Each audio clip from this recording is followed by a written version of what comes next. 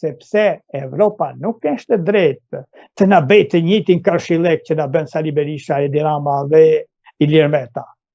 Semi një popull i vogël, një popull në rënje. Para 30 vjetësh kemi qenë 4 milion, 35 vjetësh. Sot jemi 2 milion.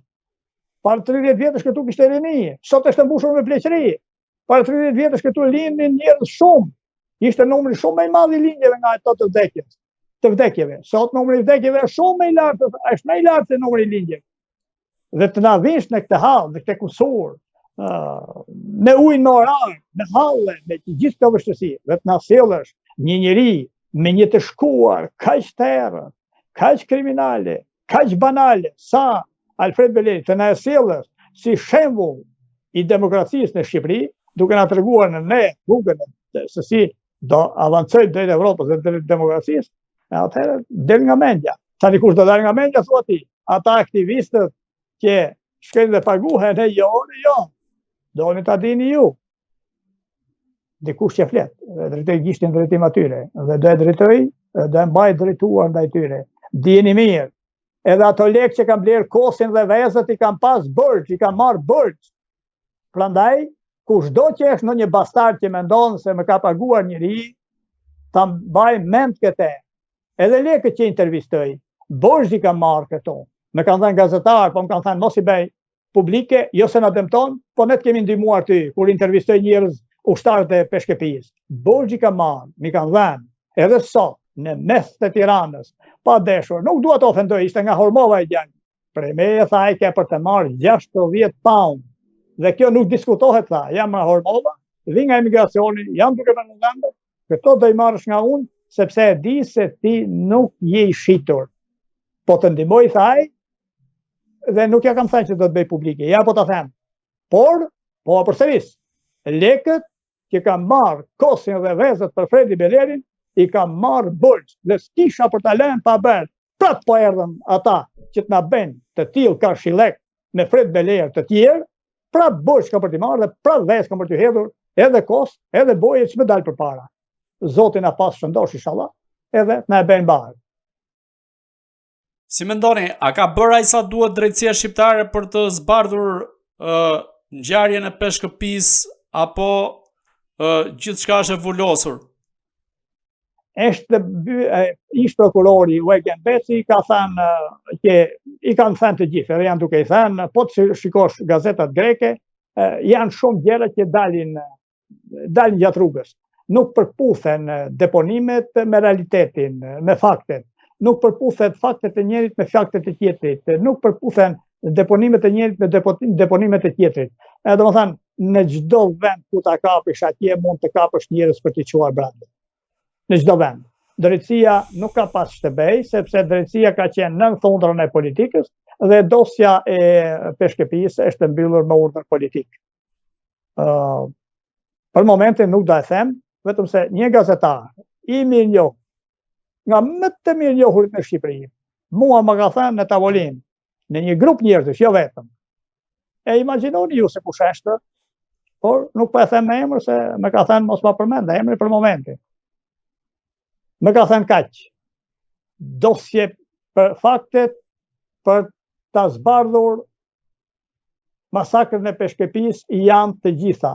Po të duan qeveria dhe opozita që ta zbardhin, atë e zbardhin dhe gjithkush shkon në vendin e vet.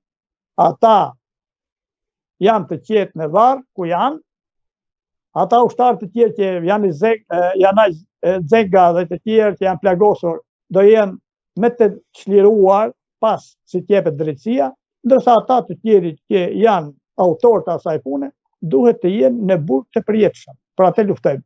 Pra, në qoftë se nuk ka vend dorë politik, po të mos kishte vend dorë politika. Por atje është bërë një kompromis i fshehtë dhe e kanë mbyll me urdhër politik. Të gjitha të vendat, po përsëris, është një gazetar nga më të mirë njohurit në Shqipëri dhe nga më të njohurit në Shqipëri, që merret edhe me këtë, është marrë matë punë, po a them edhe këtë, edhe më ka thënë në tavolinë, në prani të 7-8 vetave. Janë të gjitha faktet për ta zbardhur, për t'i dhënë fund asaj pune. Ka urdhër politik dhe me marrëveshje politike, tinës ne duke bërë si kundërshtar dhe duke qenë aleat, siç ne kanë bërë gjithmonë, duke atallur, e mbajnë të pasbardhur. Unë uroj që një ditë vetë Dumani në këtë prag në fund të mandatit të tij, sepse atë nuk do lënë, për t'i treguar popullit shqiptar se sa bëri për ata herojnë, për ata njerëz që i morën me qafë dhe i vranë, për t'i treguar popullit shqiptar dhe gjithë shqiptarisë se sa i Zoti ishte dhe si e bëri vendin, siç bëri në dikush në Kroaci, tjetri në Rumani e sa të tjerë. Edhe Dumani, në qoftë se është tamam në pozitat që duhet, ai dhe ndonjë tjetër afër tij që do të bëjë diçka për këtë vend, ta çojë autoritetin e këtij populli në atë ku duhet, në atë cak ku duhet, të merret me të, e ka shumë kollaj për të zbërthyer dhe mos të dëgjoj me politikë, se kjo s'është politikë. Në këtë stat ku jemi ne po e kuptojmë që kemi rënë në parapolitikë, se po të shkojmë në bazën e parë, në fillim, kur kemi arritur të kemi si personalitetet kryesore, si kuaj race të politikës shqiptare, Alfred Belerin dhe Ilir Vrenozin, mirë ne për këtë politikë, mirë ne për këta politikanë. Dhe që të mos themi mirë ne për Shqipërinë, zoti Dumani uroj që të merret seriozisht me atë punë, edhe t'jap se nuk është vonë, pas 31 vjetësh, do shikoj ka së i shtypin grek, me një gazetat dhe gazetarët libra që janë shkruar, me njëra tjetrën, edhe të thanat dhe të gjemat në Shqip, edhe e kollajtë është e punë, edhe nuk mos ju duket çudi që brenda pak kohësh, ndoshta çështje muajsh, mund të shikoni derën deputet që të kaloj derën e SPAK, i lidhur, se për të kaluar ka më shpejt, mos u habisni nga këto që themi. Të kalojmë pak te fushata elektorale, ku ka pasur ditët e fundit një komunikim interesant mes kryeministrit Edi Rama dhe korçarit të njohur Ilir Vrenozi. Ju si e keni parë këtë lloj komunikimi në këtë lloj tallavaje të fushatës politike? Po, pse nuk e bën komunikimin me ju? Sepse me atë e ka me të lehtë. Shiko, në qoftë se e ki që e madhe është se e thamë dhe më përpara, kur e ke ngritur karrierën politike mbi lumin do marrësh, do mbledhësh gjithnjë e më shumë lum për të ngritur larg. Dhe në fund në lum do zhitesh. Po asnjë nuk e kishte pritur. Asnjë nuk e kishte pritur që Edi Rama do shkonte dhe do kërkonte sa i mund tjetër me një lloj marifeti, se këto për marifete janë të vetmi, se këta për marifete dhe me gjëra të tilla, vogëlsira të tilla e kanë mbajtur pushtetin 30 sa vjet. Edhe Berisha nuk ja merrte mendje kuj që Berisha do shkojë dhe do bëj aleancë, do bëj të pamundur me Belerin. As me Rama nuk ja merrte mendja se ka sa të duar Shqipëria, djemë dhe vajza. Mirë po, çfarë do të thuash me këtë? Si bie? Në qoftë se merr në intervistë ose në portal një njeri që ka një vlerë në shoqërinë shqiptare, që është vlerë, atëherë Edi Ramën do e erësoj.